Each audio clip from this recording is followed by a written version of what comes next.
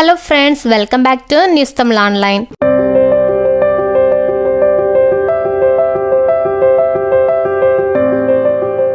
இரண்டாம் உலக போரின் காலகட்டத்தில் மனித குலத்தின் எதிர்காலத்தை மாற்றியமைக்கும் ஒரு ரகசிய திட்டம் அமெரிக்காவில் நடைபெற்றது. அதுதான் மன்ஹாட்டன் திட்டம். இந்த திட்டத்தின் முக்கிய நோக்கம் அணுகுண்டை உருவாக்கி எதிரிகளை அழிப்பதுதான். உலகம் முழுவதும் அச்சத்தை ஏற்படுத்திய அணுகுண்டு மன்ஹாட்டன் திட்டம் என்ற ரகசிய திட்டத்தின் கீழ் உருவாக்கப்பட்டது. இரண்டாம் உலக போரின் போது அமெரிக்க விஞ்ஞானிகள் இந்த அணுகுண்டை உருவாக்க வேண்டிய அவசரத்தில் இருந்தனர். ஏனெனில் அந்த சமயம் ஜெர்மனி அணுசக்தியில் முன்னிலை வகித்துக் கொண்டிருந்தது. அமெரிக்கா ஜெர்மனியை முந்தி அணுகுண்டை உருவாக்கி அந்த அணுகுண்டை பயன்படுத்த வேண்டிய நிலையில் இருந்தது. மன்ஹாட்டன் திட்டத்தின் தோற்றம் 1939 ஐரோப்பாவின் நாசி ஆட்சியில் இருந்து தப்பி வந்த விஞ்ஞானிகள் அணுசக்தியை பயன்படுத்தி அழிவு ஆயுதம் உருவாக்க முடியும் என்ற கருத்தை முன்வைத்தனர். இந்த கருத்து அமெரிக்க அரசை கவலை கொள்ள வைத்தது. ஏனெனில் அவர்களது எதிரிகள், குறிப்பாக நாஜி ஜெர்மனி, அணு ஆயுதத்தை உருவாக்கும் முயற்சியில் ஈடுபட்டுள்ளனர் என்ற அச்சம் இருந்தது. இந்த அச்சத்தின் காரணமாக அமெரிக்க அரசு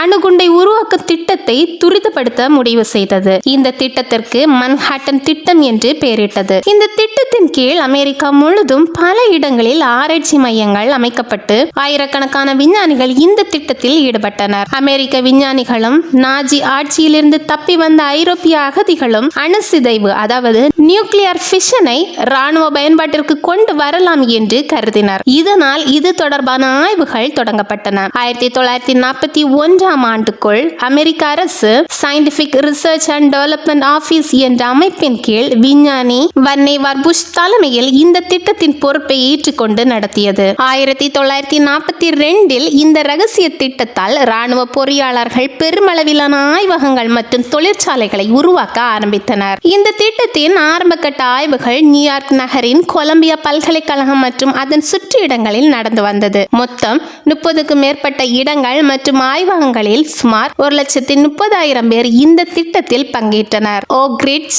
டென்னசி, ஹான்ஃபோர்ட், வாஷிங்டன் மற்றும் லாஸ் அலமோஸ், நியூ மெக்சிகோ ஆகிய முக்கிய இடங்கள் அணுகுண்டு தொழில்நுட்பத்தை ஆராய்ந்து உருவாக்குவதில் மையங்களாக அமைந்தன. லாஸ் அலமோஸ் என்ற இடத்தில் ஜே.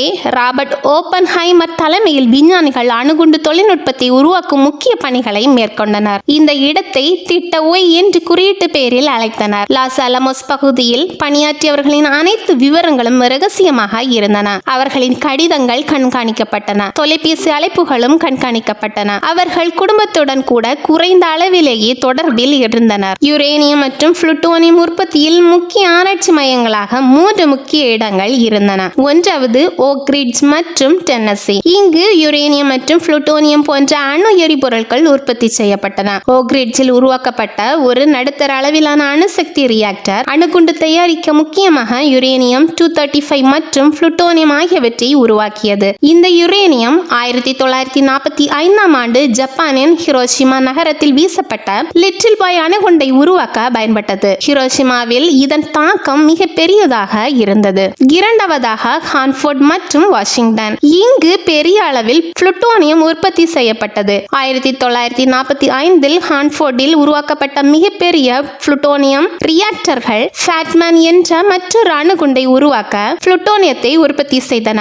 இது 1945 ஆண்டு நாகசாகி மீது வீசப்பட்டது. மூன்றாவது லாஸ் அலமோஸ் மற்றும் நியூ மெக்சிகோ. இங்கு அணுகுண்டு வடிவமைப்பு மற்றும் சோதனை பணிகள் நடைபெற்றன. லாஸ் அலமோஸ் ஆராய்ச்சி மையம் மிகவும் முக்கியமானதாக கருதப்பட்டது. இந்த மையத்தை புகழ்பெற்ற விஞ்ஞானி ஜே. ராபர்ட் ஓப்பன்ஹைமர் தலைமை தாங்கினார். ஓப்பன்ஹைமர் மற்றும் அவரது குழுவினர் மிகவும் ரகசியமாக பணிபுரிந்து அணுகுண்டை வடிவமைக்கும் பணியில் ஈடுபட்டனர். ஓக் ரிட்ஜ் மற்றும் ஹான்ஃபோர்ட் ஆராய்ச்சி மையங்களில் உற்பத்தி செய்யப்பட்ட யுரேனியம் மற்றும் புளுட்டோனியம் லாஸ் அலமோஸுக்கு அனுப்பப்பட்டது. இந்த அணு எரிபொருட்களை கொண்டு 2 வகையான அணுகுண்டுகள் உருவாக்கப்பட்டன. லிட்டில் பாய் யுரேனியத்தை கொண்டு உருவாக்கப்பட்ட இந்த அணுகுண்டு ஜப்பானின் ஹிரோஷிமா நகரில் வீசப்பட்டது. ஃபேட்மேன் புளுட்டோனியத்தை கொண்டு உருவாக்கப்பட்ட இந்த அணுகுண்டு ஜப்பானின் நாகசாகி நகரில் வீசப்பட்டது. அணுகுண்டுகள் தயாரான பிறகு அமெரிக்கா அதன் சக்தியை சோதிக்க முடிவு செய்தது. ட்ரினிட்டி ட்ரினிட்டி சோதனை 1945ஆம் ஆண்டு ஜூலை 16ஆம் தேதி புளுட்டோனியத்தை அடிப்படையாக கொண்ட அணுகுண்டு சோதனை செய்வதற்காக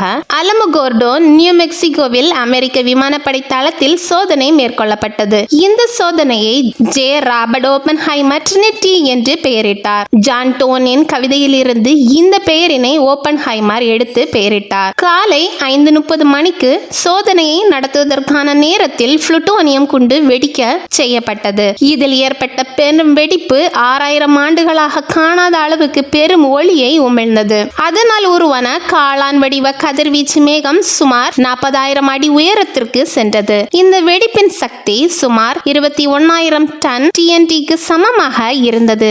இந்த முதல் அணுகுண்டு சோதனை வெற்றிகரமாக இருந்தது. அணுகுண்டு காலத்தின் தொடக்கத்தில் ட்ரினிட்டி சோதனையின் வெற்றி உலகில் ஒரு புதிய அணுவாயுத காலத்தை தொடங்கியது. மேலும் 2ஆம் உலகப் போர் முடிவுக்கு கொண்டு வந்தது. அதாவது ட்ரினிட்டி சோதனை வெற்றியடைந்ததை தொடர்ந்து அமெரிக்கா ஜப்பானின் ஹிரோஷிமா மற்றும் நாகசாகி நகரங்களில் அணுகுண்டுகளை வீசியது. இந்த தாக்குதல்கள் ஜப்பானை சரணடைய வைத்தது. இதன் மூலம் 2ஆம் உலகப் போர் முடிவுக்கு வந்தது. கடைசியில் 1945ஆம் ஆண்டு ஆகஸ்ட் மாதத்தில் அமெரிக்கா ஜப்பானின் ஹிரோஷிமா மற்றும் நாகசாகி நகரங்களில் அணுகுண்டுகளை வீசி 2ஆம் உலகப் போருக்கு முற்றுப்புள்ளி வைத்தது குறிப்பிடத்தக்கது. இதன் மூலமாக மன்ஹாட்டன் திட்டம் உலகின் முதல் அணுகுண்டை உருவாக்கி அதனுடன் புதிய உலக வரலாற்றின் ஒரு அதிர்ச்சியூட்டும் பகுதியில் நுழைந்தது.